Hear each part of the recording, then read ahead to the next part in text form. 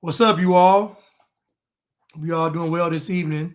Today's title is It's Not Racism, It's a Lack of Faith. I'm going to give some of you all some time to get over here on YouTube.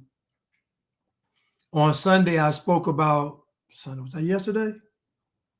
Yeah, I guess yesterday. Yesterday, I spoke about, I said that it's not racism, it's low self-esteem. All of these things that people are experiencing comes from a spirit of fear. That's where all this comes from, because somebody puts a spirit of fear inside of you and then you believe it. And then once you accept that spirit, then it's going to cloud your vision. A person that feels oppressed is not going to have clear vision. It's just not. If a person feels oppressed, that affects every aspect of their life. You can't pray right if you're oppressed. You can't think right if you're oppressed. Your actions won't ever be right. Like nothing is right if you feel like you're oppressed, because your subconscious is telling you, what's the point? If you really believe you're oppressed, then what's the point of doing anything? That's why I said nobody should adopt the notion of being oppressed or racism, because all racism means is that you want the government to have more control. Think about it. Think about the solution to fixing racism is to give the government more control. So that should let you know that racism has to be a tool from the enemy, because to fix racism, you got to give the government more power. Now you see how clever Satan really is. Satan has people out here fighting for more government control. That's how clever Satan is. And most people don't even mention Satan. They don't even talk about Satan. Like he don't even exist. You know why? Because it's easier to live your life if there's no force out there that's coming to steal, kill, and destroy. Roaming the earth, seeking from whom he can devour. Let me get this verse real quick.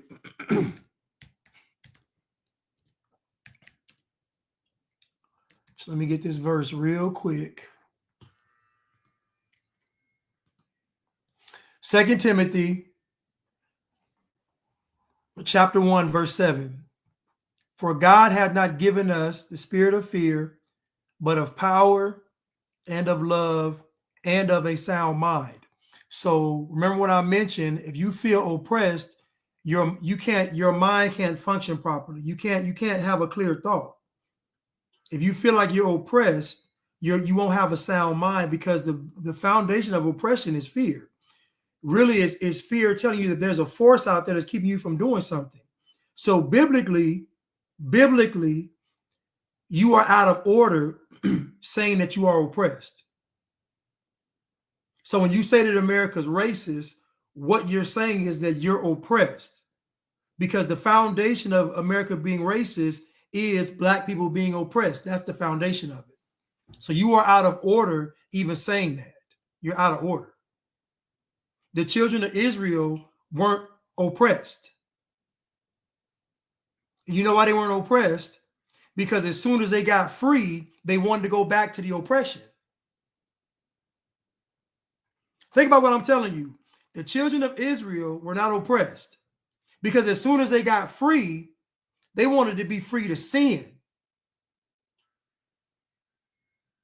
The irony of the children of Israel being under the bondage of Egypt, under the bondage of Pharaoh, and that actually preserving them.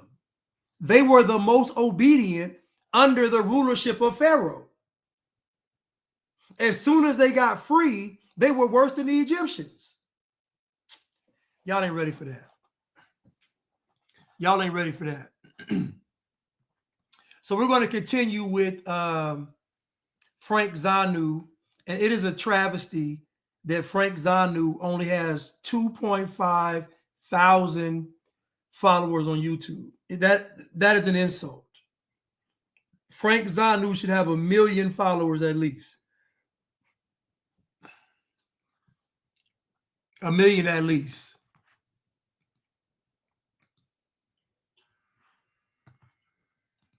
Hope y'all having a good evening. Let me say what's up to y'all real quick though. What's up, Miss Goldie? What's up, Mika? What's up, Pamela? What's up, Just a Girl? What's up, Tierra? What's up, Agatis, Navi? What's up, Laura? What's up, Kenya? What's up? That's everybody. Okay, that's everybody. And what's up, y'all on Instagram? What's up, Miss Cat? What's up, Azara? What's up, Millie? What's up, Chuck? What's up, Eunice? What's up, Zodis? What's up, Barbecuesing? What's up, y'all? What's up, Top Herc? What's up, Vintage Woods Gilly? What's up, Rachel? What's up, Soy for Night? What's up, JV Chanel? What's up, D Ice Cold Wolf? What's up, Paul? But let's get into it.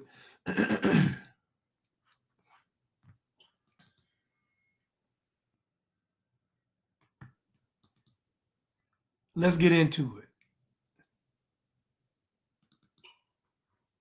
Come to America did not come here because of the political system.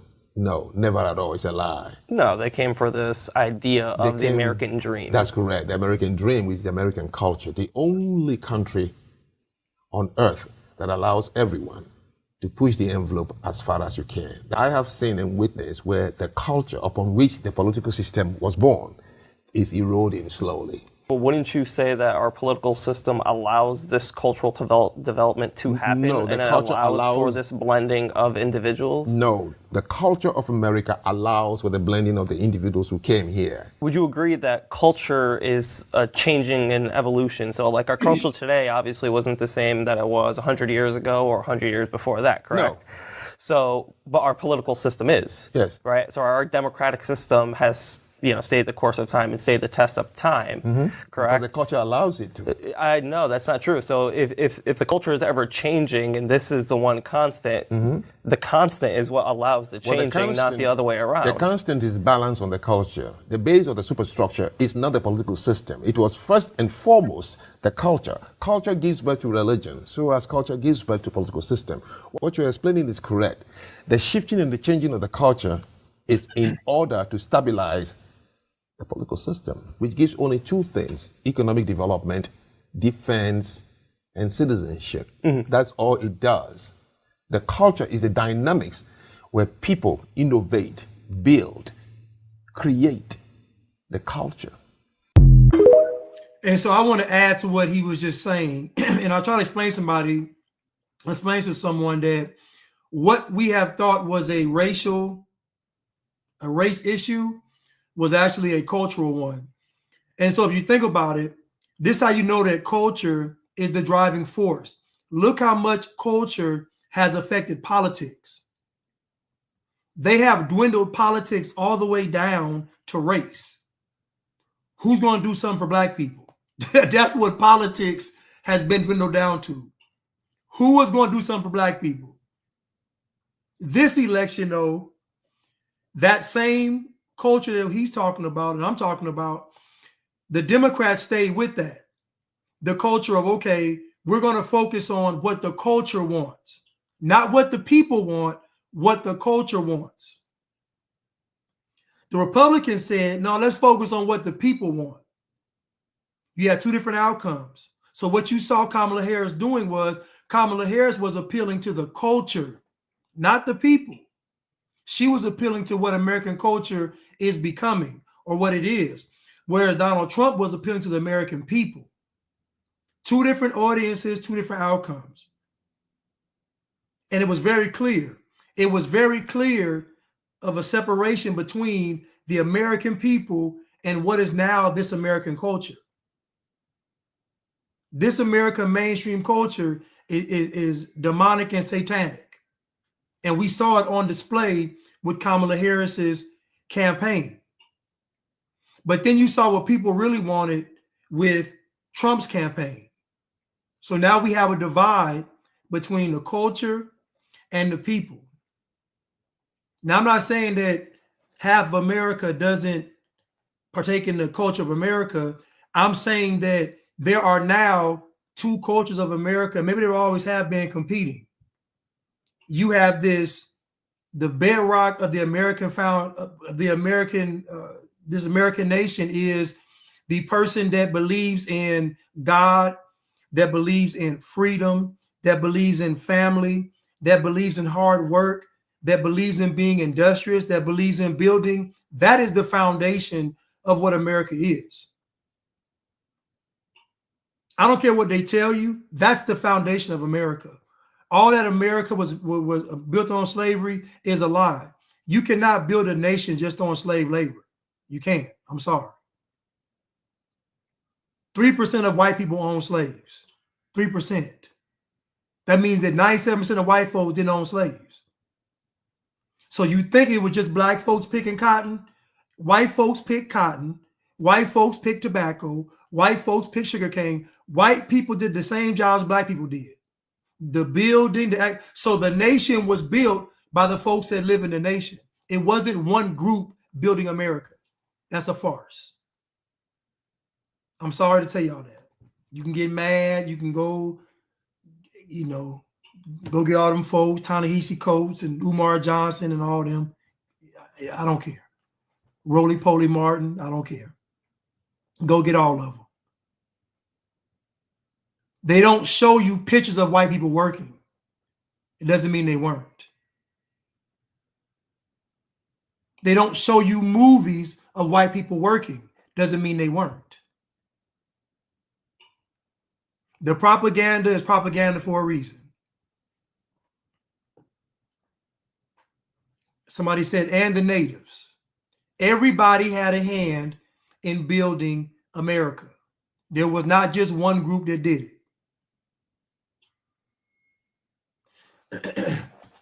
But they're talking about culture.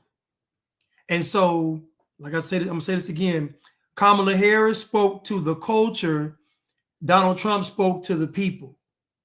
Two different results, two different outcomes. Now, I told you all before that what the Democrats did was they reestablished their base. They don't want any conservative thinking men in their party anymore. They drew the line in the sand. They don't want men in the party that are heterosexual, that believe in God, that care about family, that care about their country. They don't want those men in their group. What they want is women, reckless women. They want trans, they want LGBTQ, they want effeminate men. They want chaos. They want the woke religion. They want all chaos. They don't want anybody with sense, and then they drew the line in the sand, and they told you. They've been asked repeatedly what they did wrong, and their response has been, it's because of misogyny and racism.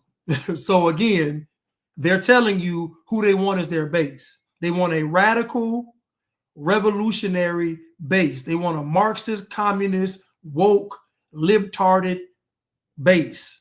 They don't want anybody with any sense in their base, but they need crash out dummies. Watch the next election. Mark my words. Watch the next election. It'll be a bunch of crash out dummies. Watch. Folks going to be crashed out these next 4 years anyway. You're going to see a lot of crashing out. You're going to see a lot of crashing out. Speaking of crashing out, before I get back to Mr. Frank, I'm going to weave in and out from Mr. Frank Zanu. Speaking of crashing out,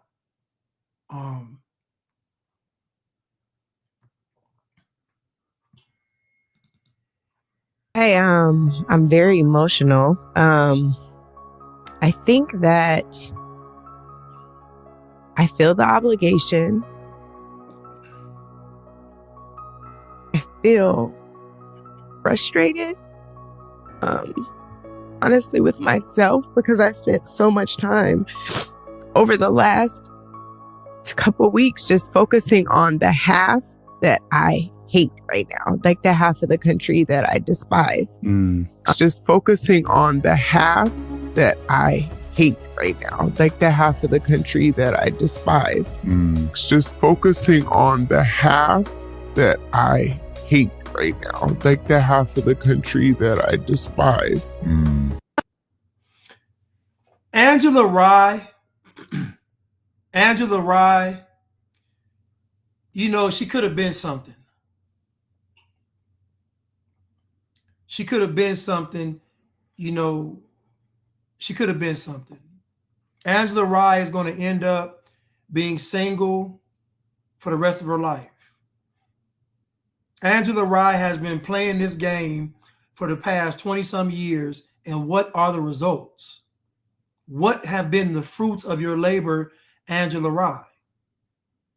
Is it worth it?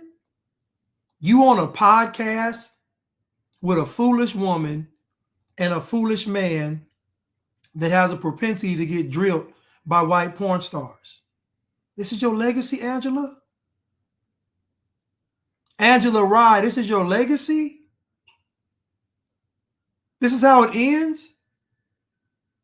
You want folks to look back in history and say, this is how this woman's story ended? Just this tragic? You're going to end up alone? All these folks you caping for are not going to be there. People don't care about you, Angela. They don't care about you at all.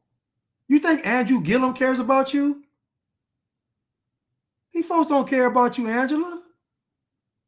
You invested the majority of your life, your adult life, into fighting a fight that was a lie. Ain't no racism. You're not oppressed.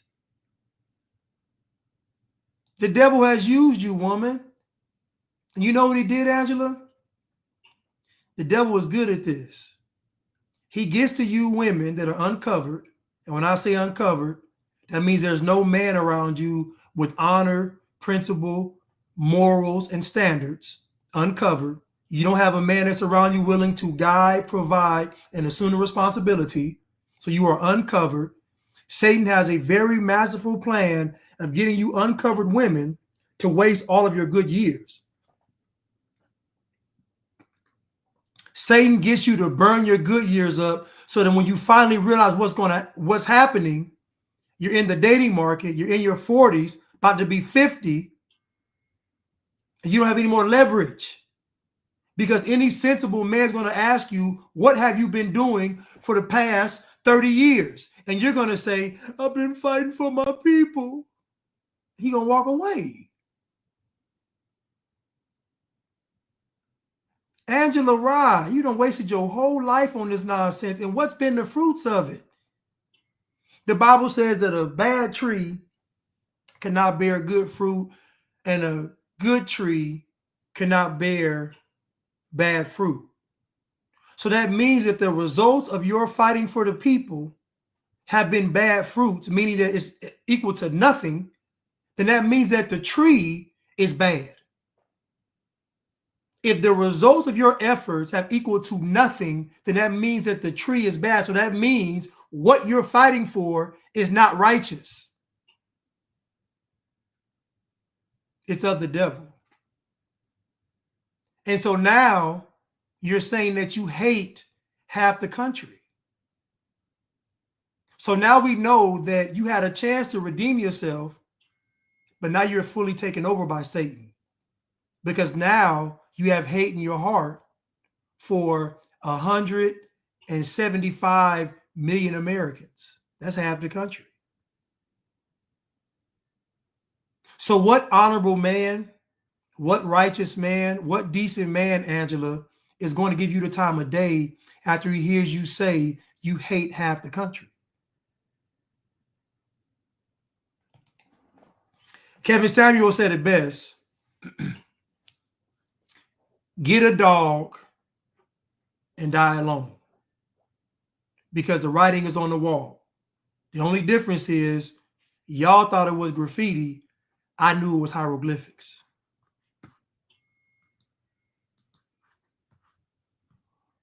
Let's go back to Frank.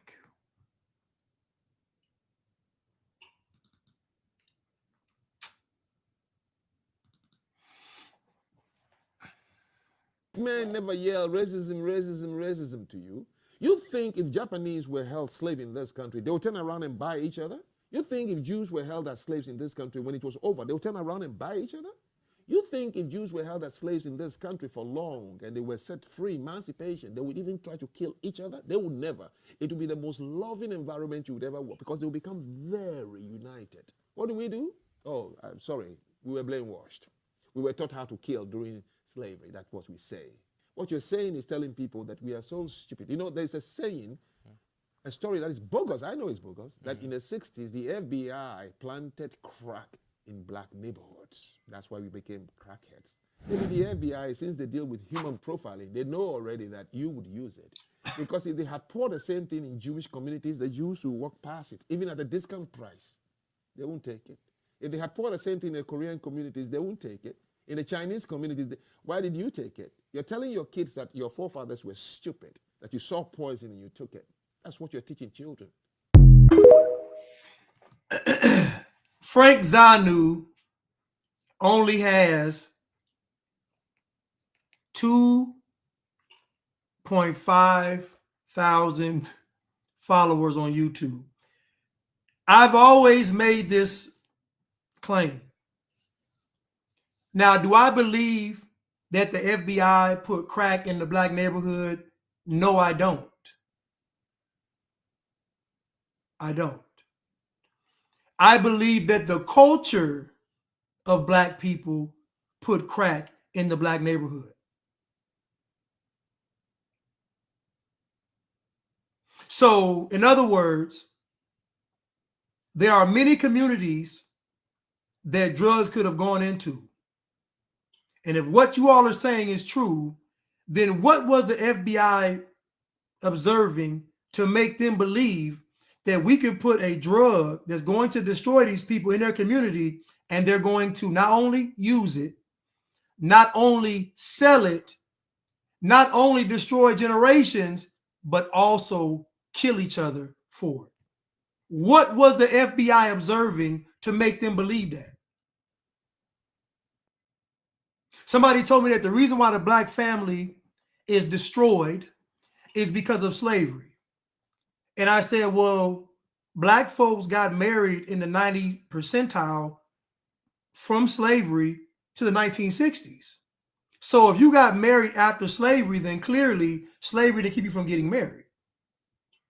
So again, what made black people do such a hard pivot?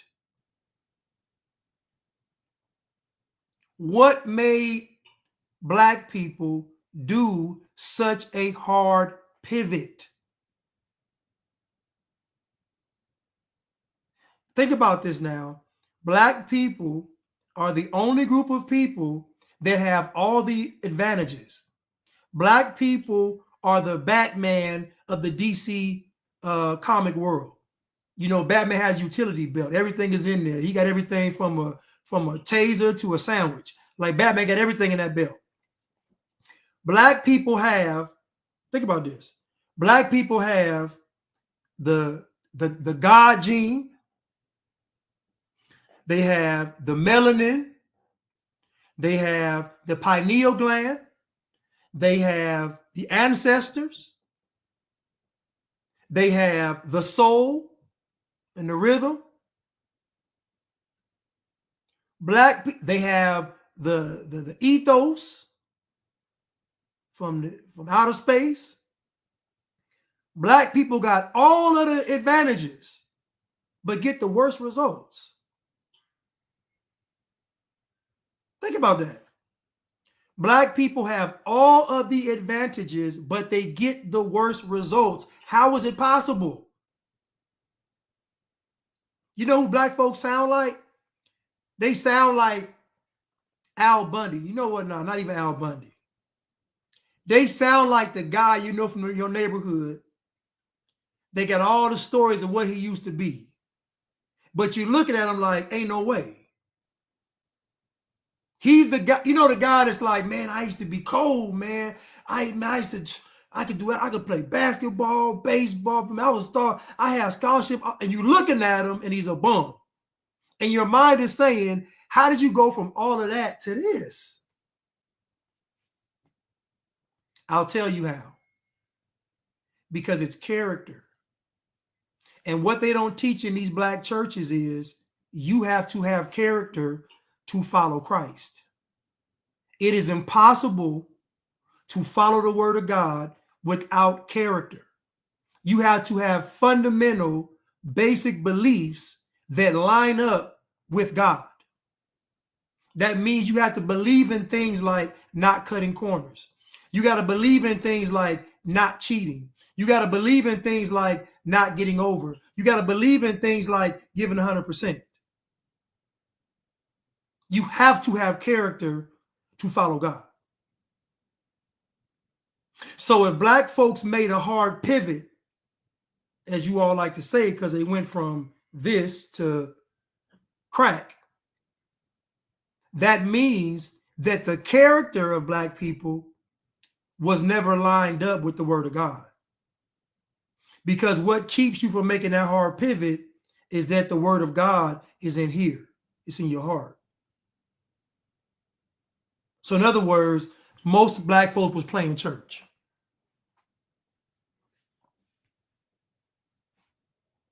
Most Black folks was playing church.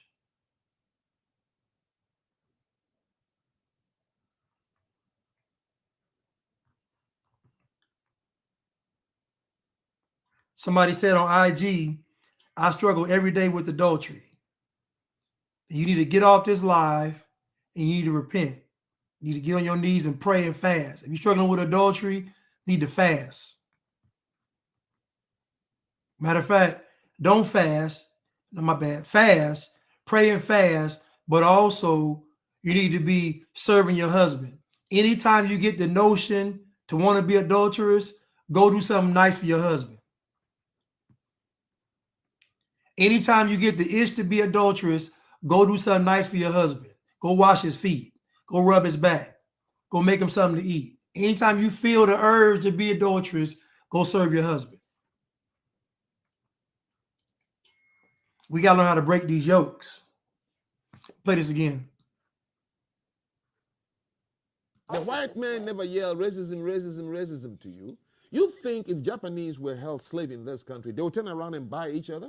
You think if Jews were held as slaves in this country, when it was over, they would turn around and buy each other? You think if Jews were held as slaves in this country for long and they were set free, emancipation, they would even try to kill each other? They would never. It would be the most loving environment you would ever work because they will become very united. What do? Oh, I'm sorry. We were brainwashed. We were taught how to kill during slavery. That's what we say. And again, no one really wants to address the lack of cultural character in the Black community. And this is what Frank Zanu was talking about. He's talking about a cultural lack of character. He said if the Japanese were slaves, would they turn around and enslave each other? No.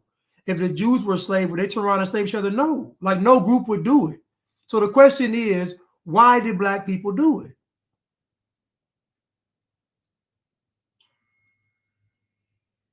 Why did Black people do it? That's the question. And again, the answer is there is a cultural lack of character that nobody wants to address. Because for years, folks have been saying, well, white folks made us do it. We can't go with that anymore. We can't go with that anymore. That can't be the standard of existence anymore. It just can't be. Nobody made you sell crack.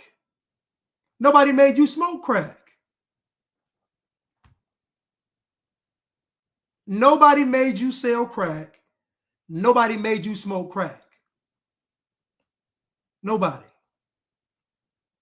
So there was something inside of you that made you want to either sell it or smoke it. And we got to acknowledge that. We got to stop blaming this fictitious character out there called white supremacy, oppression. It's a lie. Because you all have too much freedom. In fact, you all have too much freedom. Because y'all are doing too much. You're getting on TV saying anything. You're getting on social media saying and doing anything. Like there's no accountability for the Black community. Zero. None. And the moment somebody white says, wait a minute, y'all doing too much, they racist.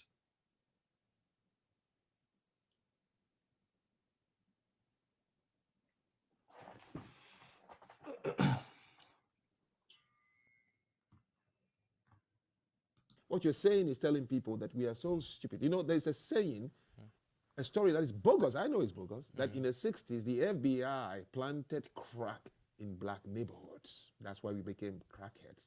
Maybe the FBI, since they deal with human profiling, they know already that you would use it. Because he said the FBI deals with human profiling, so that means they know you would use it. Do you all understand that every lie that you all tell, like its actual history and its actual gospel, is an indictment on you? The fact that there's liquor stores on every corner is an indictment on you. The fact that it's a hot wing stand on every corner is an indictment on you. The fact that when white flight takes place, your communities turn into ghettos, that's an indictment on you. You all have built up this whole narrative, this whole false history, and at the end of it, it's still an indictment on you.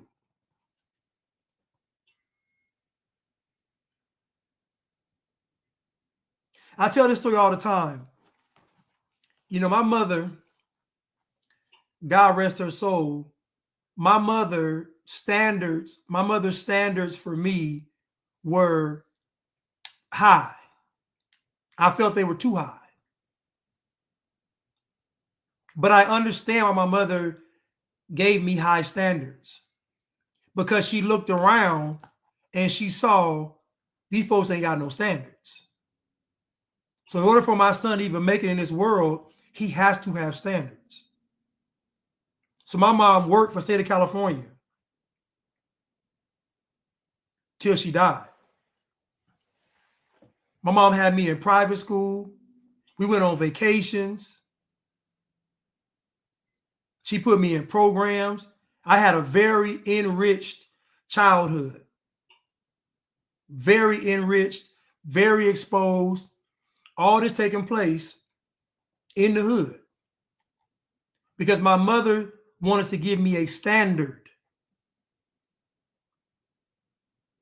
I couldn't go home and say the white man's history ain't real history, so that's why I failed the test. See, y'all can go to y'all parents now and say the school is racist and you get a pass to get F's. Not when I was coming up. When I was coming up, that wasn't an excuse. I could come home with the most horrific story. I could have went home and said, Mama, the KKK chased me down the street. They was on horses. They've been burning crosses. My mom would be like, what did you do? My mom, I'd be like, Mom, the KKK was chasing us. She'd be like, what did you do? I was never in the right with my mom.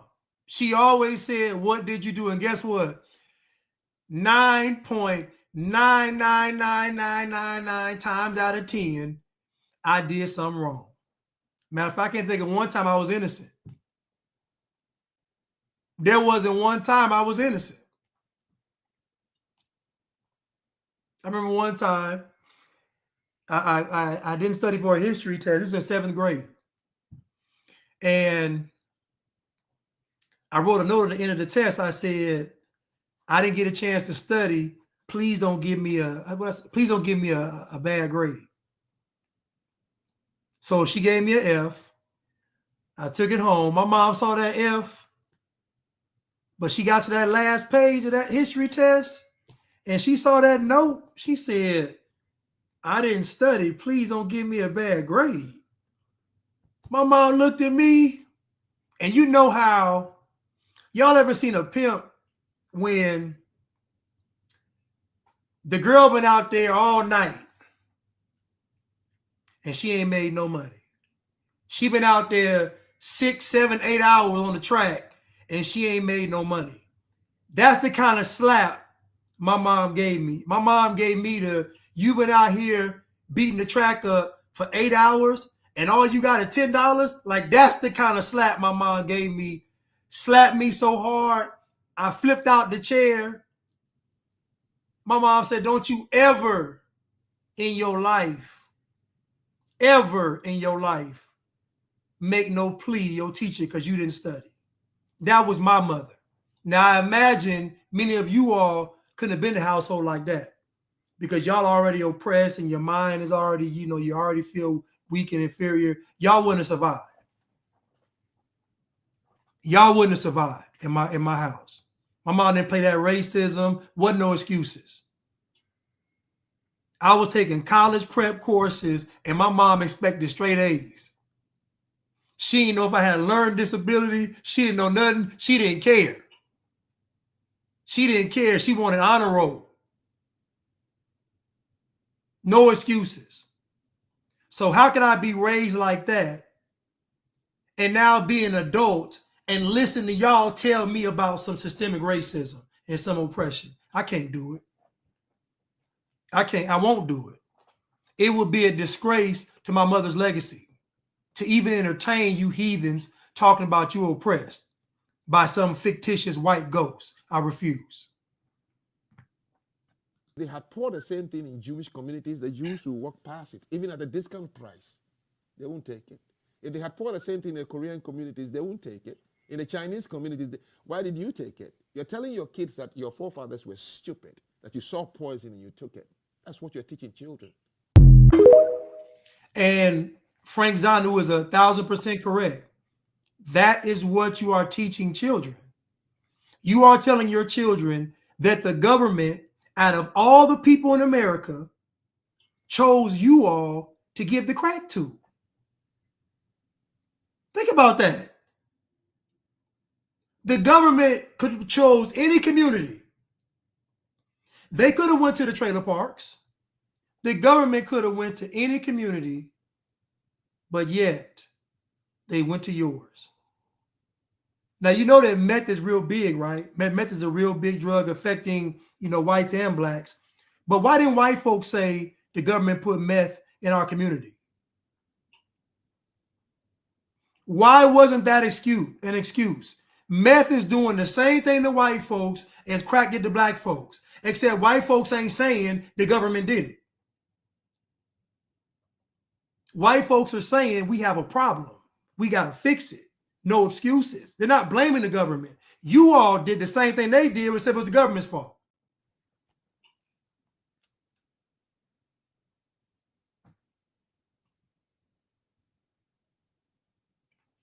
Come on. Come on. Let's continue. Let's continue. So I said I'm going to weave in and out of this thing. I'm going to weave in and out.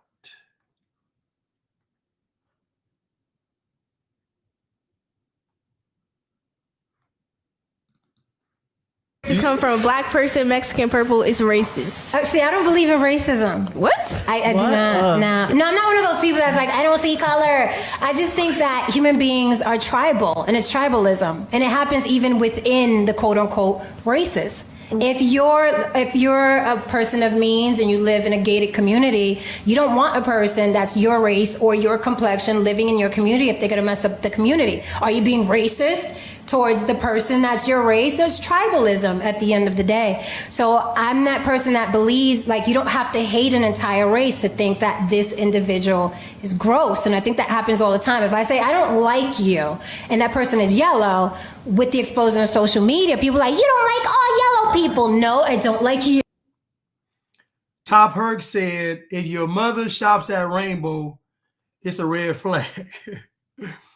If your mother shops at Rainbow, you're going to have a tough childhood. I'm going to tell you that right now. I'm just going to be honest with you. If your mother shops at Rainbow, you're going to have a tough. If your mother shops at Rainbow or City Trends, you're going to have a tough childhood. You're going to need a lot of prayer. You're going to need a lot of therapy.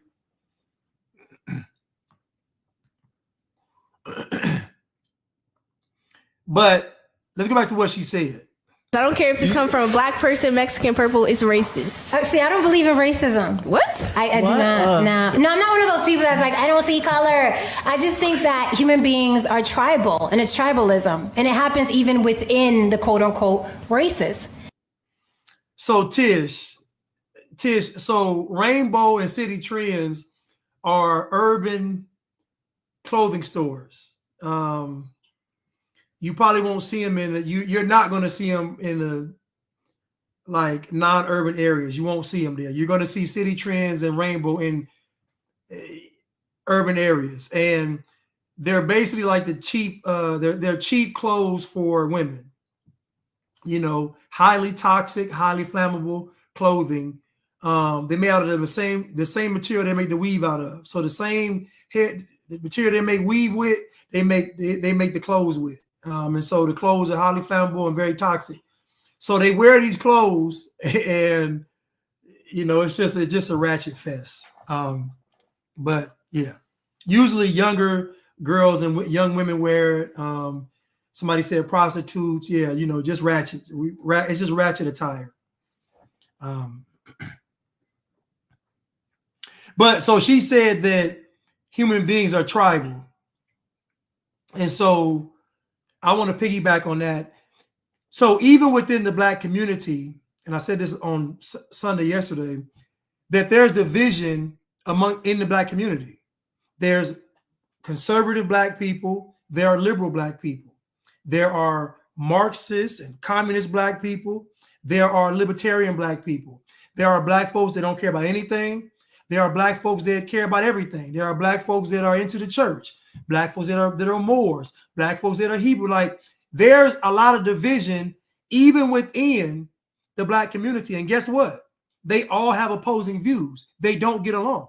So even in the Black community, it's separation. And if those communities were actual factions of society, like legit ones, like there was millions of Hebrew Israelites, millions of Moors, millions of Black conservatives, millions, like if it was all those numbers, you would see the same dynamic you all claim to see in America right now. Think about it. You got conservative Blacks, you got liberal Blacks. Think about this in the mind. Conservative Blacks represent white people.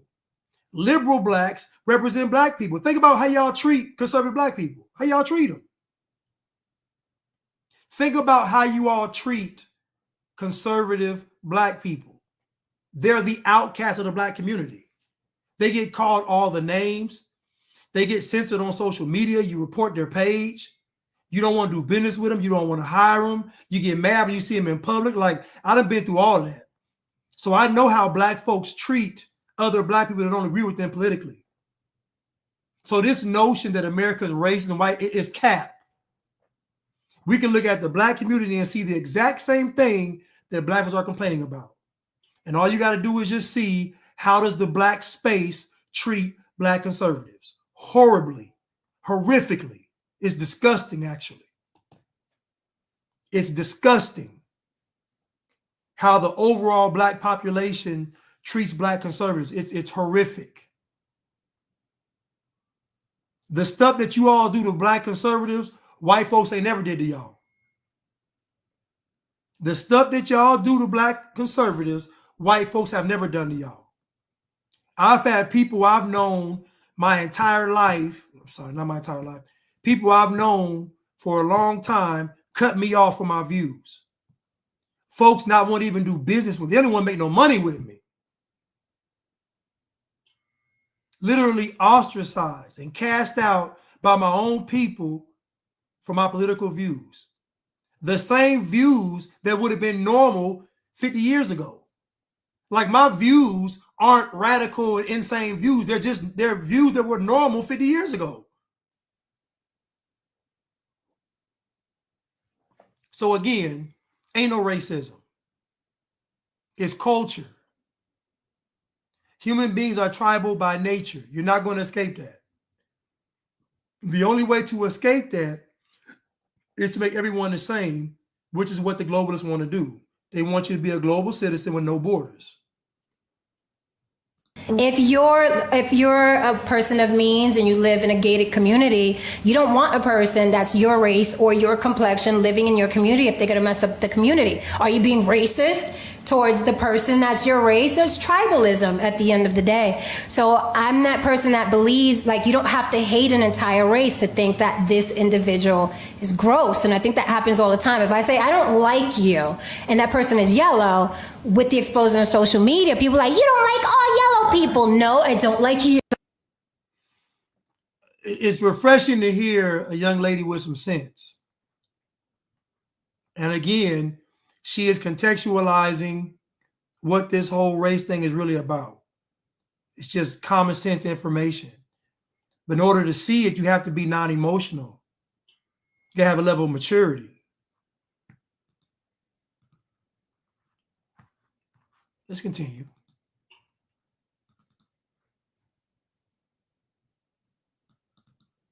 Traveling recently, I was waiting at the Johannesburg airport, and I heard this guy say some words. It's not my language, just West African language I know. Dude, I jump out of my seat. I don't know him from anywhere. And I tap him, he turn around, I say the same word. We hug each other for 3 minutes based on just a word that is familiar to both of us. It's a comfort zone. We all seek comfort zones, people who look like you. I've been to places where I saw very prominent black politicians from Bridgeport. And while they're there, it's all white people, you know, one of these fundraisers. And you see him sitting outside smoking. Then when he saw me, thank God, one of us is here. And it's immediately, what is wrong? Is he wrong? Is he supremacist? No. It's a comfort. It's a comfort zone. White people don't know us. So again, I want you to think about every other group in America being allowed to just be around their groups, except white people. White people are the only group that are not allowed to want to be with their group. So ask yourself, what is the goal behind all of this? What is the goal behind white people not being able to be with just white people? What's the intent behind that? If a white person says, listen, I prefer to live in a white neighborhood and have my children go to a white school, what is wrong with that? That person would be crucified in today's culture and society for saying that. But if a black person says it, I want to be in a black neighborhood and I want my kids to go to a black school, everybody stands up and claps. The only reason those are reacted to in two different ways is because one group of people feels inferior and the other group of people are expressing normal human characteristics of wanting to be around their own. This is a normal thing. It's not deep. It's just normal. People want to be around what they are familiar with. But white people get demonized for it. Right, Prudence? Imagine somebody saying, and historically white college. Even though they're historically white, you can't even say it though. Even though it's historically white, you can't even say it.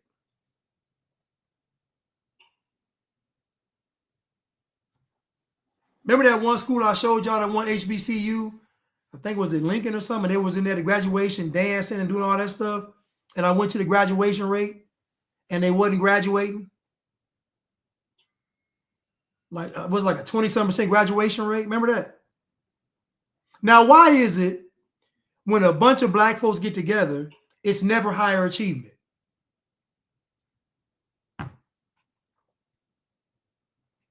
Why is it when a bunch of black folks get together, they never build a pyramid? You would think if a bunch of black folks went to a school, it would be the best school in America. If a bunch of black folks were doing anything, it would be the best. How is it that when it's a bunch of black folks together, it's never a standard of excellence? I'll tell you why. Because the premise that black folks are coming together on is ungodly. It's either to come together to party under Satan's leadership, or it's to come together in defiance to white people. Either way, it's not righteous. So the main two reasons black folks come together, to have enjoyment, to enjoy this world under Satan's leadership, or to defy white people. And both of those end in the same results. No standard of excellence, because God isn't present. It is your job to get over your hangups about feeling inferior. Let's go to the Bible. No other book's going to tell you this. No other book's going to tell you this.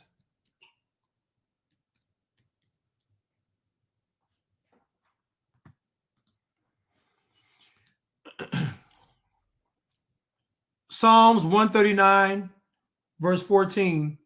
I will praise thee, for I am fearfully and wonderfully made. Marvelous are thy works, and that my soul knoweth right well. I will praise thee, for I am fearfully and wonderfully made. Marvelous are thy works, and that my soul knoweth right well.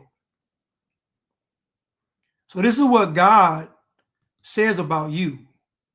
So if you don't have this idea of yourself, then you're out of order. You're out of order. If you don't understand that God made you wonderfully and fearfully, then you're out of order. So you feeling oppressed again is you not being in right standing with the Most High. It's you being antichrist, because the antichrist is going to emerge and come to power because folks are going to feel oppressed. As I said before, America being racist, America is racist, that phrase just means we want to expand the government. The Antichrist is going to come to power because people feel like they are victims. They are oppressed. The Antichrist is going to come to liberate the people. Not from sin, from an illusion.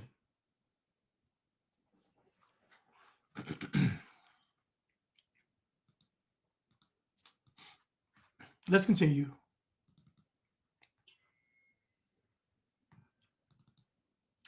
Let's continue.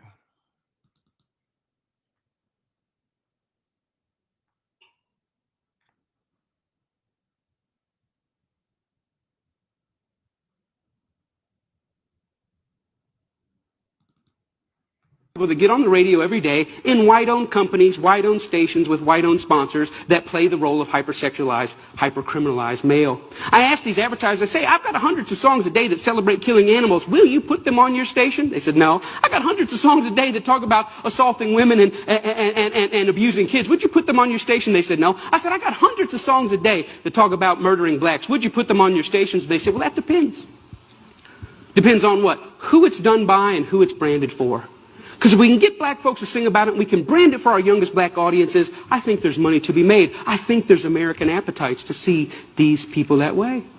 I said, how can you say that? They said, well, look, it's what these artists know. It's what they, black people, create. It's, matter of fact, our surveys say it's what they want to hear, which speaks of a sickness. How do we live in a society where somebody says, you know what, I'm inspired to write a song that celebrates murdering another person. And then a person says, I'd like to put that on my station. Another person said, I'd like to pay for it. And then there's people out here in the audience that go, I'd love to hear it, as long as it's black guys. Because even white people buy rap music, buy this type of stuff, because we know that when we want to hear about killing each other, we know who to turn to for that type of inspiration.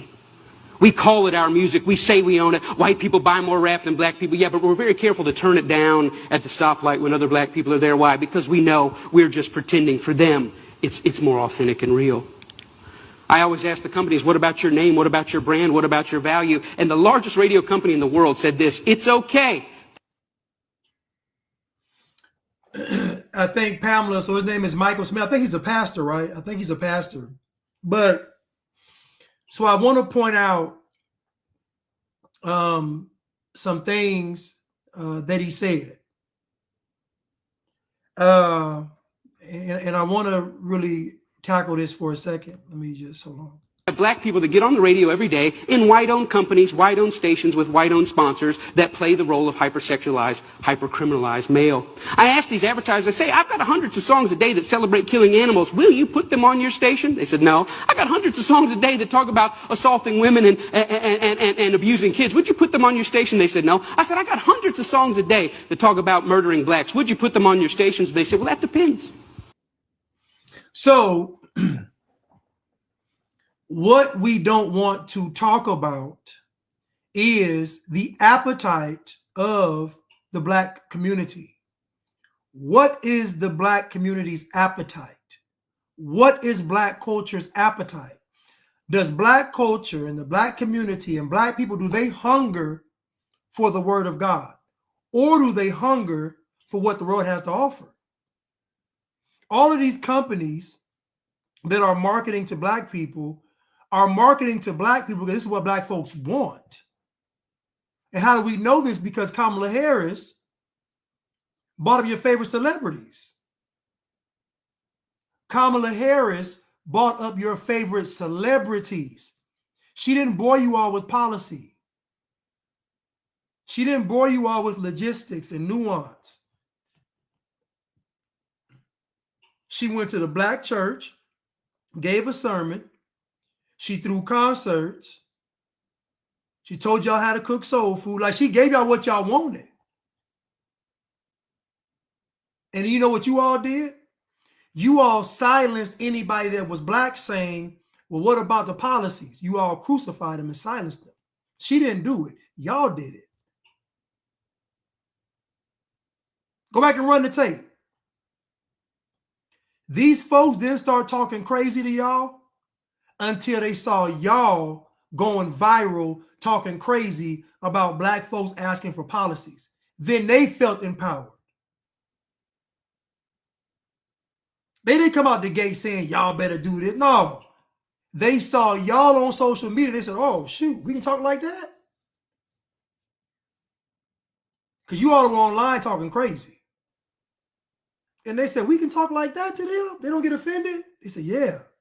Goodness. So then you saw all the mainstream media talking about black men like dogs.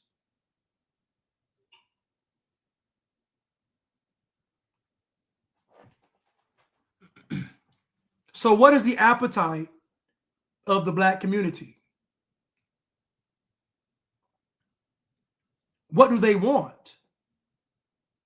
My cousin sent me this video. I've done a video on this before. I've done a video on this TED Talk. My cousin sent me a video and I said, well, they got to stop making the music. And she said, that's the only thing that will sell. So again, what is the appetite of black people?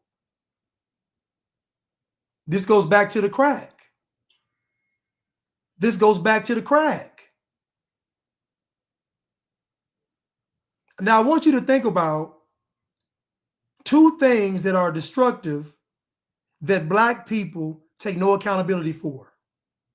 That is the crack and that is the music. Two things that black people take no accountability for, the crack and the music. There's more, obviously. Those are two major ones.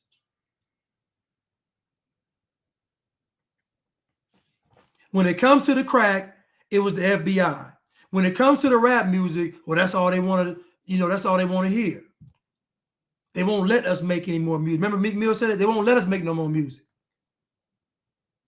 Grown black men, I can't say the J word, grown black men working for companies owned by the little hats, and they ain't got enough guts to tell them we're not making this music.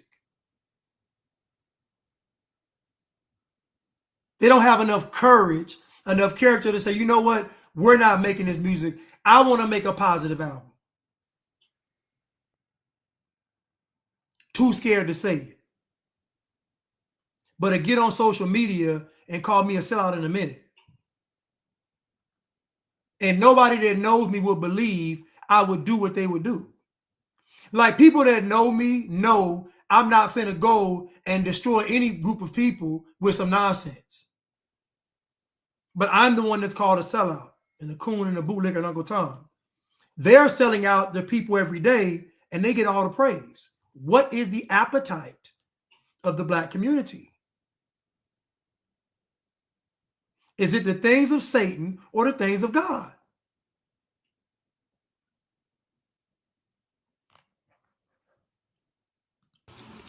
Depends on what? Who it's done by and who it's branded for. Because if we can get black folks to sing about it and we can brand it for our youngest black audiences, I think there's money to be made. I think there's American appetites to see these people that way. I said, how can you say that? They said, well, look, it's what these artists know. It's what they, black people, create. It's, matter of fact, our surveys say it's what they want to hear, which speaks of a sickness. How do we live in a society where somebody says, you know what, I'm inspired to write a song that celebrates murdering another person. And then a person says, I'd like to put that on my station. Another person said, I'd like to pay for it. And then there's people out here in the audience that go, I'd love to hear it. Now we have Gregory Calloway on here. Gregory Calloway says, it's easy to pick on poor, powerless people, but you won't speak truth to power. So again, remember what I said. I said, if you think you're oppressed, then you're out of order with God. If you believe that you are oppressed, you are already doing the will of Satan, because the foundation of oppression is fear. So if you believe you are oppressed, you have a spirit of fear. And if God does not give us a spirit of fear, then where does the spirit of fear come from? It comes from the enemy. And I'm glad that Gregory said this on this post, because he proves my point. This is how the bliggity mind works. They view themselves as powerless and helpless. So again, when black folks say America's racist, what they're really saying is we need to expand the government, because the government needs to step in and help us. That's what they're saying. And if the government controls everything, then guess what? We have communism, which is why I say most black folks are already primed and ready for communism.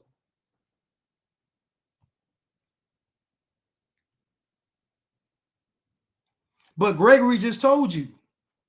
He just said that black folks are powerless. What'd he say? He said black folks are, he said poor and powerless people. That's what he said. So already, and when he opens his mouth, who you think's talking?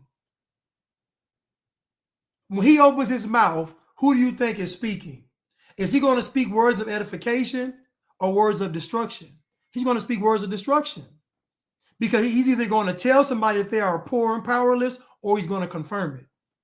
Either way, he's doing the will of Satan. He's doing the will of Satan. You see, when I was coming up, they used to say on the little cartoons, you know, or little books. We used to read books back then. The little engine that could. Think about that. We used to say things like, you know, if you can believe it, you can achieve it. Your attitude, your altitude. What happened to all those sayings?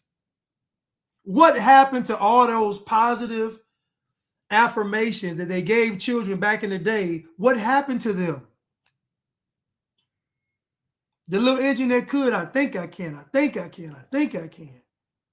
I know I can, I know I can, I know I can. Like, what happened to all of that? They had to take it away. In order to push the race narrative, you can't empower the people up here. In order to push the race narrative, you can't empower the people up here. So in order to get black folks to buy into the nonsense, you got to take away all the positive stuff and then feed them all the propaganda. And now he's saying, you cannot walk one day in my shoes. You see, he just went from being poor and powerless. Now he got some shoes. Where did he buy some shoes from? I thought he was poor. I thought he was poor and powerless. Where did Greg get some shoes from? You see what I mean? They confused. These people get fed so much programming and propaganda, they're confused. This man just said he's poor and powerless. Now he's saying he got some shoes that I can't walk in. I don't want to walk in the poor and powerless man's shoes. I really don't. Because if you poor and powerless, you got a very bad foot odor and you probably got gout. If you are poor and powerless, you got a very poor foot odor and you probably have gout. Let's continue. As long as it's black guys, because even white people buy rap music, buy this type of stuff, because we know that when we want to hear about killing each other, we know who to turn to for that type of inspiration. We call it our music. We say we own it. White people buy more rap than black people. Yeah, but we're very careful to turn it down at the stoplight when other black people are there. Why? Because we know we're just pretending. For them, it's more authentic and real. I've never heard a white person say that rap is our music. I've never heard that in my life. I've never heard that. You know, I think that white people, not all, sensible white people are able to listen to rap music and it doesn't affect them because it's not part of their culture. It's a foreign world to them. It's not, they can't even relate to it. They may like the lyrics, the beats, the artists, but they can't really. So the music had the same kind of effect it has on the black community, because the artists are deceiving the general listener by using things that black folks are familiar with. So they use the hood. You know, somebody said, I don't speak truth to power, but 49% of the homicides in the black community go unsolved. Why is that? How is it almost 50% of the homicides in the black community go unsolved? How's that possible? Where's black love? Where's the unity? You see, when they say speak truth to power, what they're saying is lie. Truth to power is a communist slogan, a black Marxist slogan. It just means lie. Because even the premise of it, I'm speaking truth to power, still puts you in a subservient position. Why are you not just speaking the truth? Why have to be speak truth to power? That means you're already feeling inferior, which means you're going to lie. You're not going to feel inferior and tell the truth. You're going to lie. So speaking truth to power just means lie boldly.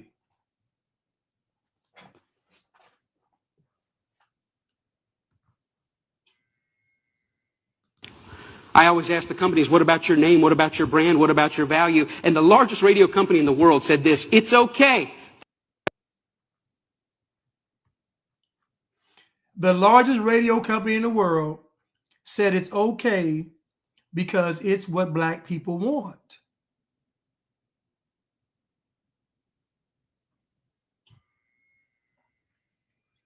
It's what black people want. Shout out to Kofi for giving this great content. Kofi, you had a video and I did not save it. Oh, Kofi. Let me see if I can. Shoot.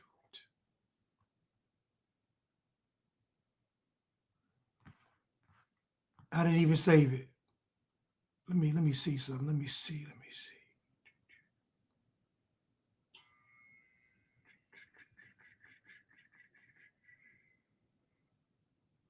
Let me see if I can find it.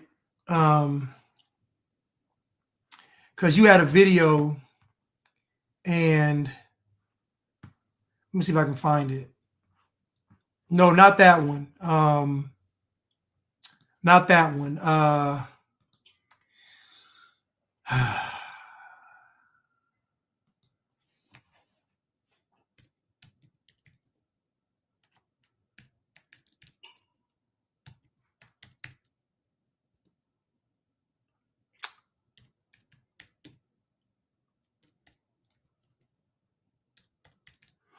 Let me see, because I might.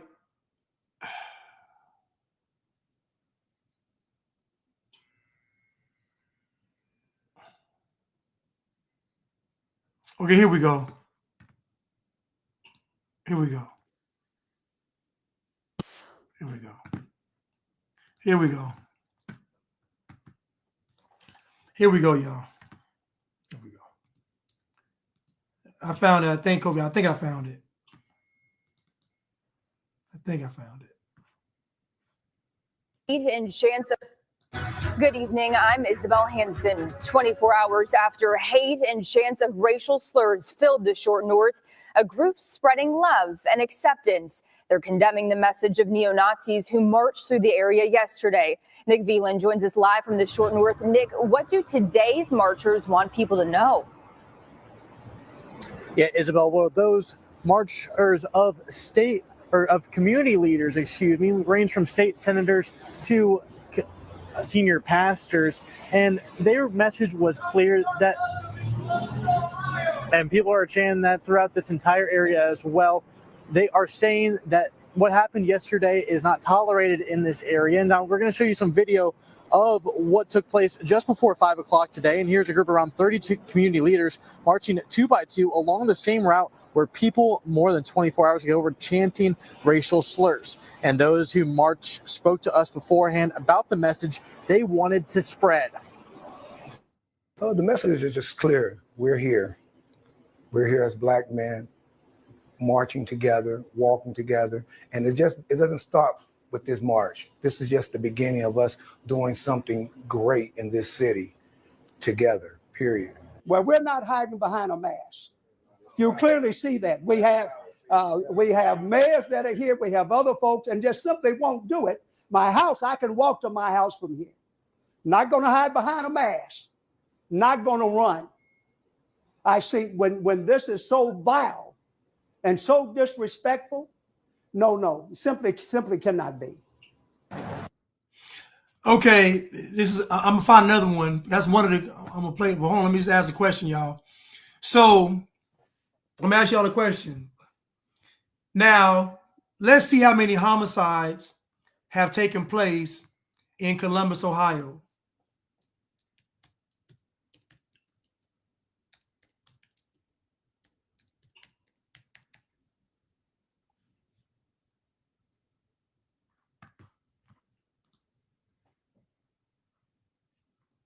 So as of November 4th, Columbus, Ohio has recorded 100 homicides.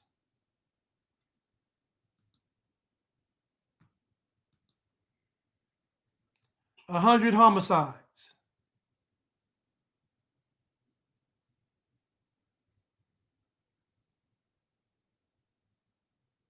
And who do you think capped off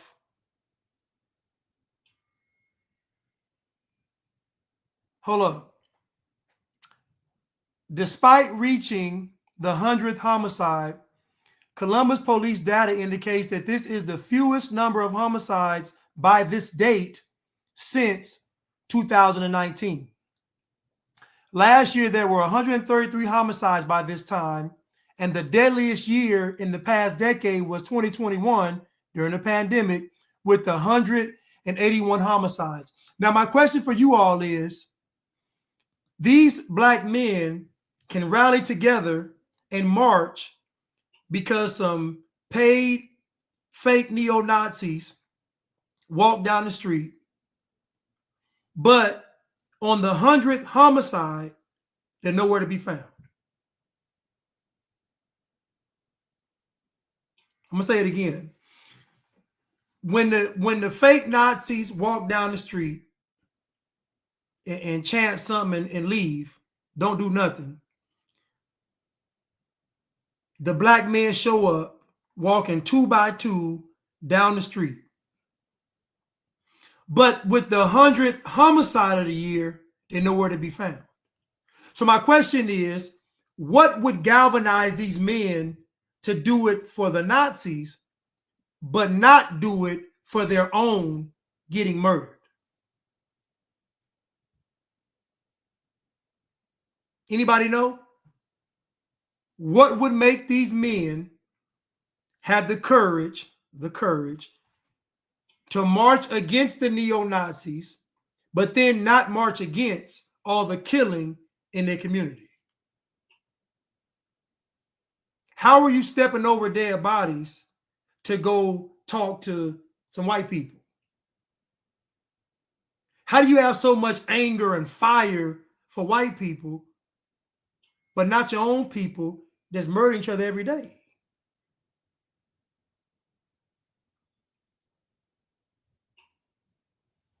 They've had 100 homicides, and it's November. And that was November the 4th. We don't know how many it is by now.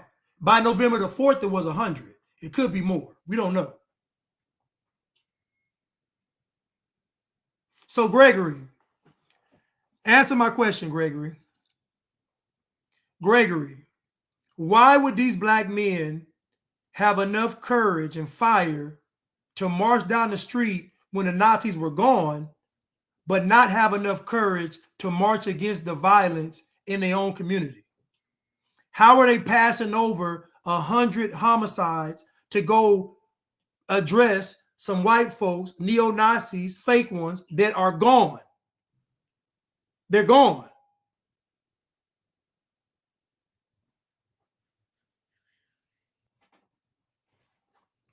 I'm just asking. Can you answer that question for me, Gregory, Mr. Calloway? While he's answering the question, I'll keep playing the video. And like he said, there's just the beginning of what they're looking to do to keep continuing to spread love throughout this community and the Short North area. Live on your side in the Short North, Nick Phelan, ABC 6 News. We checked in with Columbus police to find out if any arrests were made in connection to yesterday's march. They say officers heard the neo-Nazis were possibly involved in a physical altercation, so they stopped the van the group left in to investigate. Police say they detained several people, but decided an assault did not take place. They released the group and no one was charged. Police also tell us there was no use of force by officers. With Teledyne. Okay, let's try to find another one. We found that one. Where's the...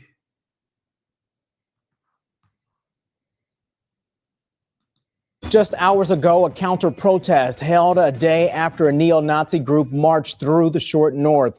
Mayor Andrew Ginther, City Council President Shannon Hardin, and Governor Mike DeWine used social media to condemn Saturday's divisive march. Good evening, and thank you for joining us for NBC4 at 6. I'm Carrie, NBC4 at 11. We're after midnight now. I'm Carrie Charles. NBC4's Kyle Beachy spoke with people who witnessed Saturday's march. They told him it was not simply a peaceful demonstration.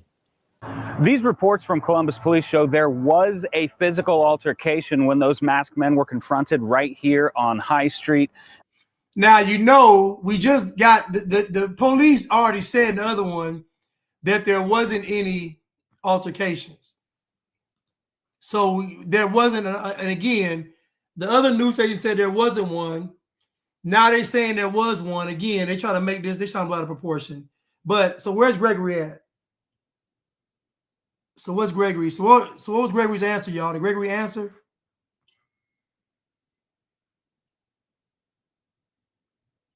Okay, so listen, you all. I asked Gregory, I said, why did these black men have enough strength and courage to march against the neo-Nazis, the feds, a day after, but they didn't have enough courage and strength to march against the violence that's happening every day in their community? Gregory said, it's my bedtime. So you see the answers I get when I pose a question to these people. He said it's his bedtime. So you saw I did him a service. I was able to make him sleep, make him sleepy. If you want to make a black person go to sleep, just ask them a question that involves character. They get tired. They immediately get tired. Two things get black folks tired immediately. That's soul food and ask them a truthful question. They're going to get tired.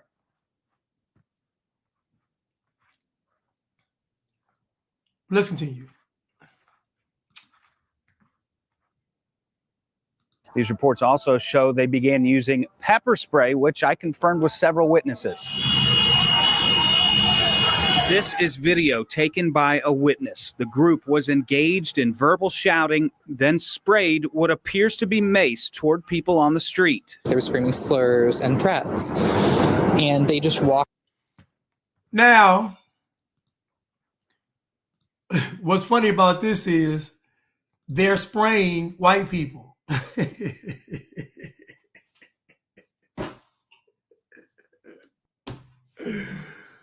Those people were marching down the street,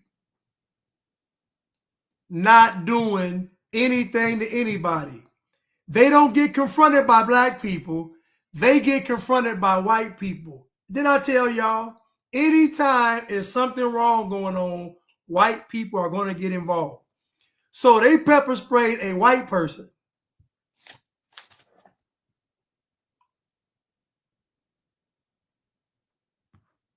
Oh, my bad, Chuck. He got a caretaker. My bad. I didn't know that. I didn't want to get him in trouble. My bad. My bad. My bad, Gregory. Gregory Cal. My bad. I didn't know he was at bedtime. My bad. So the knee. You can't make this up. And first of all, that ain't a physical altercation.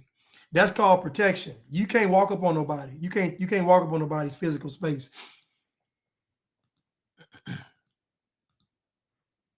Using pepper spray, which I confirmed with several witnesses. This is video taken by a witness. The group was engaged in verbal shouting, then sprayed what appears to be mace toward people on the street. That's not what happened. They were marching through, walking, not touching nobody, and y'all approached them trying to threaten them, and you got sprayed. That is not the same as them walking down the street, putting their hands on y'all. They're not the same thing. I'm not going to let y'all do it. I know they're the feds, but we ain't going to let y'all do it. And white people got pepper sprayed by the Nazis, not black people, because black folk weren't nowhere to be found. They were screaming slurs and threats, and they just walked on by and continued on down the street screaming their obscenities. Keon Tullius was out for lunch Saturday. He said he didn't believe what he was seeing until the march got closer.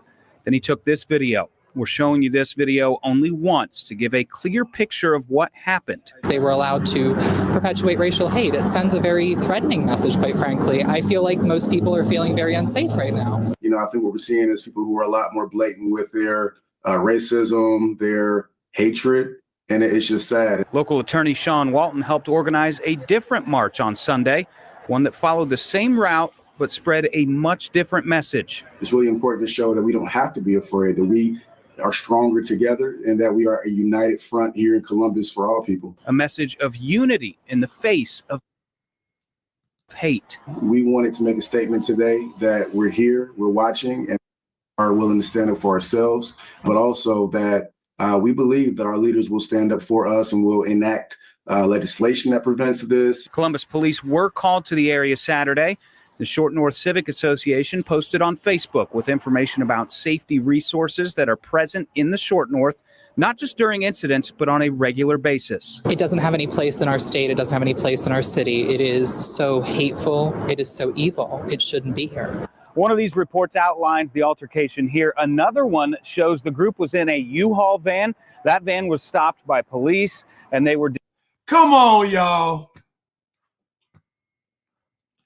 A U-Haul van. Come on, y'all. Y'all really... Come on, man. Come on, y'all. The neo-Nazis, they got a van. They got to rent a U-Haul. Come on, y'all. Come on, y'all. We done seen this play before. A U-Haul van, y'all. Come on. A U-Haul van. Come on, y'all. A U-Haul van. And y'all falling for this. They didn't harm not one black person. They pepper sprayed a white dude because the white dude had enough guts to confront them when he saw them. You see, the white folks left the bar and said, not on our watch. Black folks pulled their phone out. White folks walked, well, not do with the purse. The guy with the purse stayed in the building. But the other white folks came out the bar to confront them. Not the black folks, white folks. And I told y'all, when something's going wrong, white folks will always come to the rescue. But a U-Haul, come on, y'all. Come on, y'all. Not a U-Haul, man. Come on, y'all. We can't keep falling for this, y'all. We can't keep falling for this. Not a U-Haul. Let's continue. How much time do I have? How much time I got? Hold up. Oh, I ain't got enough time. I don't. Ooh, do I have enough time? I really want to do this.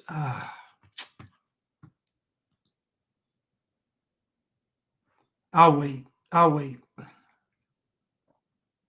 I'll do it. I'll wait. I'll wait. I'll wait. I'll wait.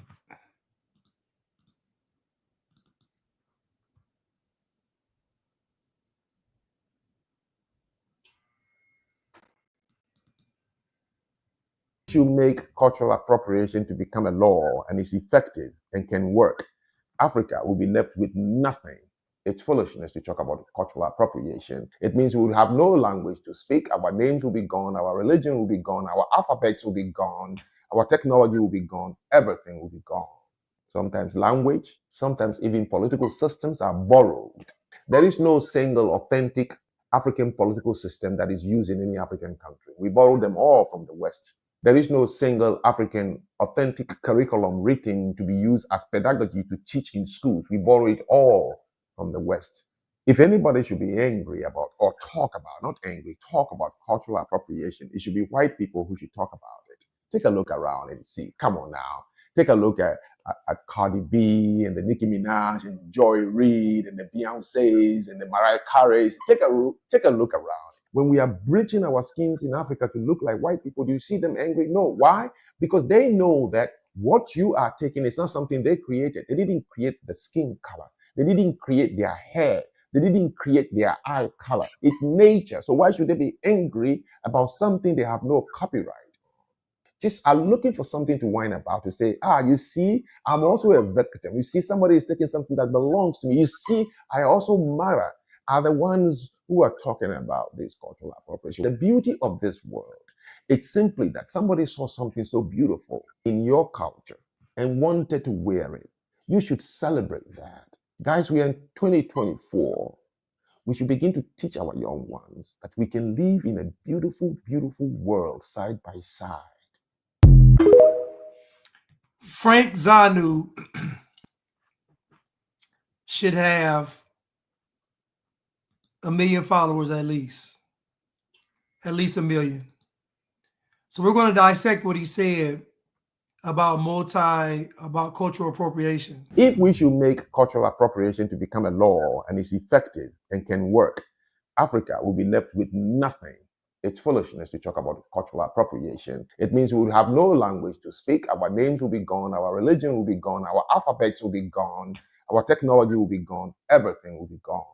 Sometimes language, sometimes even political systems are borrowed. There is no single authentic African political system that is used in any African country. We borrow them all from the West. There is no single African authentic curriculum written to be used as pedagogy to teach in schools. We borrow it all from the West. If anybody should be angry about, or talk about, not angry, talk about cultural appropriation, it should be white people who should talk about it. Take a look around and see. Come on. So if we talk about appropriation, imagine the audacity of Black people in America to talk about cultural appropriation when literally everything that is the Black existence in America came from white people. Literally. Everything in the Black existence came from white people. Everything. So imagine Black women hollering cultural appropriation, but they don't have their real hair on their head. They have hair to match the women they're claiming are culturally appropriating them. Think about the clothes. Black folks could be walking around here in dashikis and kente cloth. But they don't want that. Black folks want Louis, Fendi, Gucci, and Prada. Black folks don't want dashikis and kente cloths and kufis. That ain't what black folks want. Black folks want designers. So the audacity for black people to claim cultural appropriation when nothing in the black existence comes from black people. Black culture comes from the communists, comes from Hollywood, comes from the media. Black folks don't want to wear traditional African garb. But black, we was here in America. You don't want to wear traditional Native American garb. Y'all can't even start a campfire, let alone build a teepee. Y'all can barely raise these domesticated animals, let alone herd some buffalo. What are we talking about? So tell me, what of black culture is authentically black? Even the name black isn't even black. Even the name black isn't even black.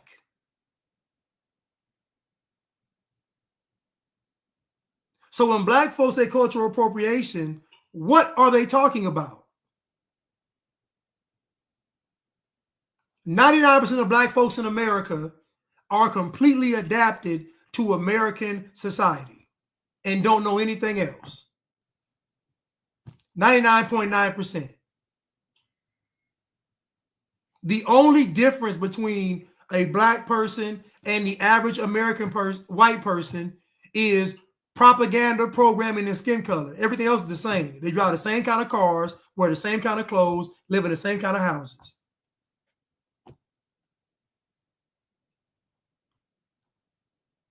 So cultural appropriation is just another anti-white term. It's a way to just take away things that are actually created by white people. Because the goal is to make your children's children believe that white folks only did one thing on this earth, and that was enslave people and oppress them. White folks get no credit for all the inventions they made.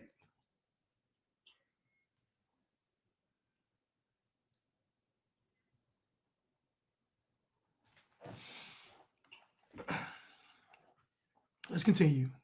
Now, take a look at Cardi B and the Nicki Minaj and Joy Reid and the Beyoncés and the Mariah Careys. Take a look around. When we are bleaching our skins in Africa to look like white people, do you see them angry? No. Why?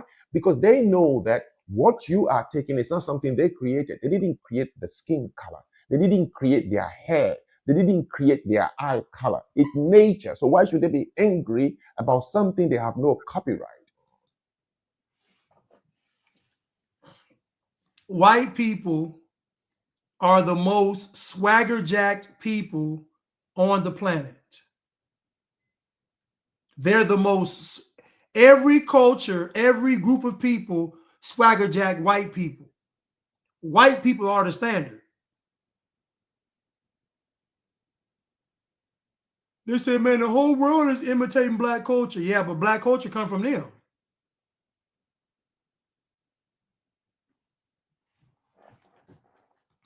Just are looking for something to whine about, to say, you see, I'm also a victim. You see, somebody is taking something that belongs to me. You see, I also matter, are the ones who are talking about this cultural appropriation. The beauty of this world, it's simply that somebody saw something so beautiful in your culture and wanted to wear it. You should celebrate that. Guys, we are in 2024. We should begin to teach our young ones that we can live in a beautiful, beautiful world side by side. So I think we have a birthday in the group. And Frank Zanu had a great message that we can live side by side in this beautiful world. But you must be deprogrammed. You must take the red pill to get out of the matrix.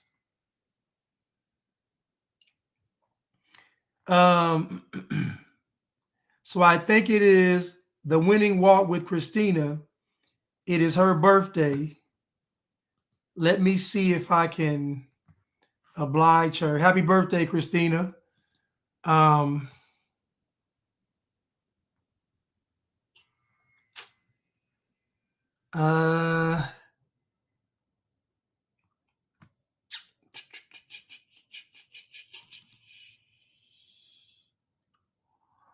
gonna try to find it.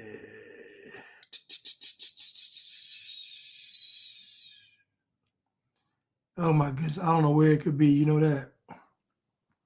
I don't know where it could be.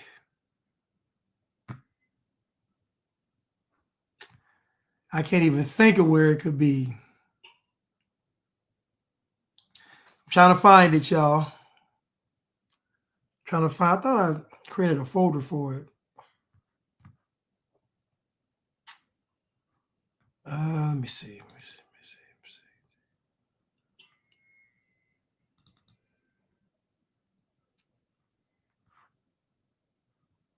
Boy, it's gonna be like trying to find needle in a haystack. It is going to be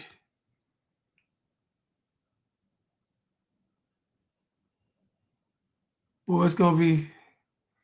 We gotta have faith, y'all. Let's have some faith. We're gonna find it.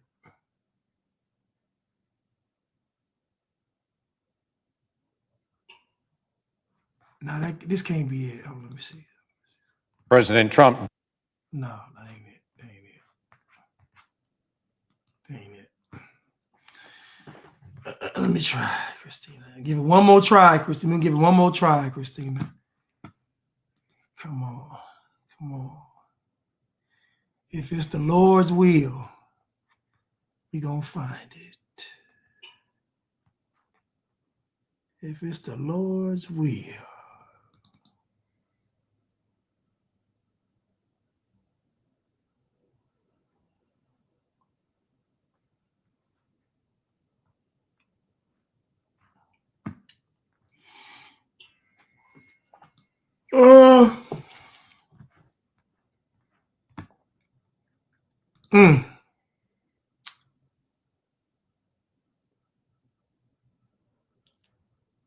I swear I'm getting close, y'all. I feel like I'm getting close. You know what? Hold on. I got something for you. Hold on. Let's do it this way.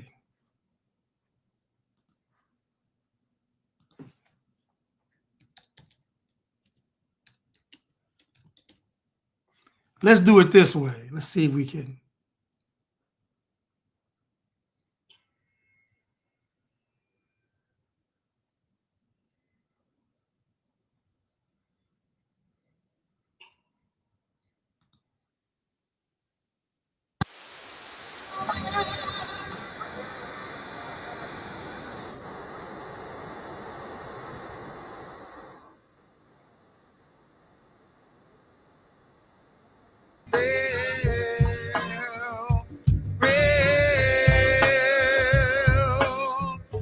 Sorry, Instagram, I gotta go.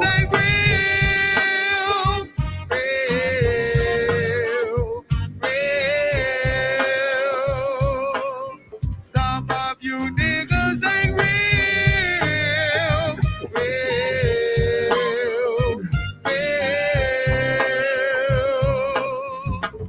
Some of you niggas ain't real. Happy birthday, Christina. Some of you niggas ain't real.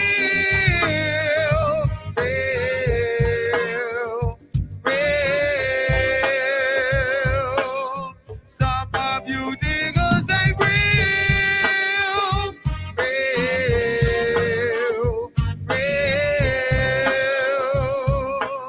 Some of you niggas ain't real.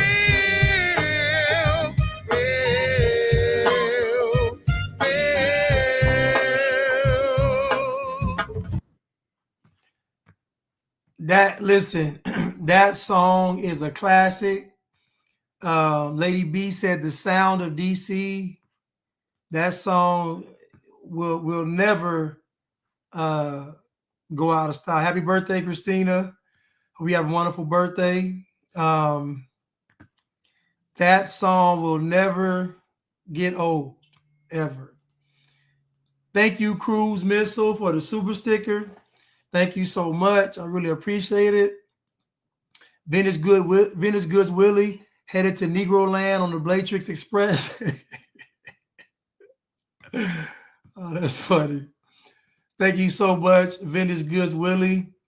I want to thank Angel Wings for moderating. Thank you so much. I want to thank Goddess Navi for moderating. Thank you so much. Thank y'all for tuning in today. We will finish up with Frank Zuno and, It's Not Racism. And I want to talk about another artist right now that's in prison and talk about that whole thing and how that relates to, mindset and Black culture and everything. It's really a summation of everything with this artist. But anyway, I love you all. Thank y'all so much for tuning in. And I will see you all on, hopefully, I'll see you all on Wednesday. I'll see you all on Wednesday. Yes. So anyway, I love y'all and I'll see y'all soon. Thank you.